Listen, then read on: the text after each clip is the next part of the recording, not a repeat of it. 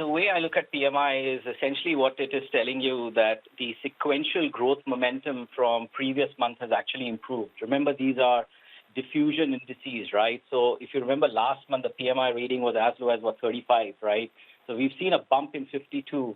The key question from here is that would you see the same levels of, above 50 reading in the next few months? And I'm not sure you could come to that conclusion because remember in second quarter, in the current quarter, the manufacturing activity in China, even though the domestic situation seems to be stabilizing because, possibly we've seen kind of a peak in COVID outbreak, but the external demand, on the external demand front, things may be still challenging for the Chinese economy. So I think what you're seeing in stock markets right now is we were desperately needing some bit of positivity, and with the China reading at 52, I think the markets are getting quite excited.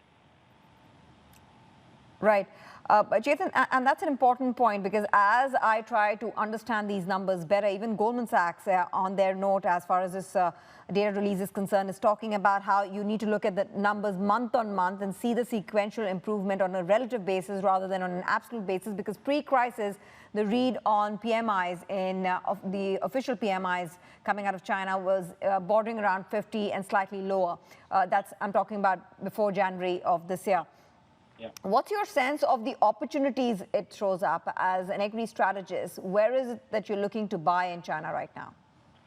So, on a 6 to 12 month view, I mean, I would personally be focused more towards, businesses which are catering to the domestic side of things.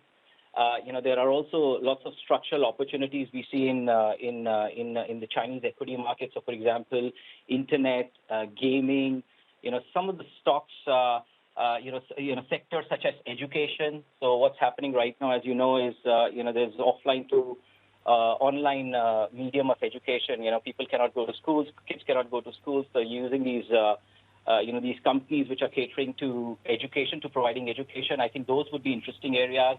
Again, if you take a 12-month view, I would say some parts of the technology supply chain are also looking interesting just from a valuation standpoint. But again, you could see some of these stocks or sectors struggle in the very near term because I think demand from US and Europe could disappoint.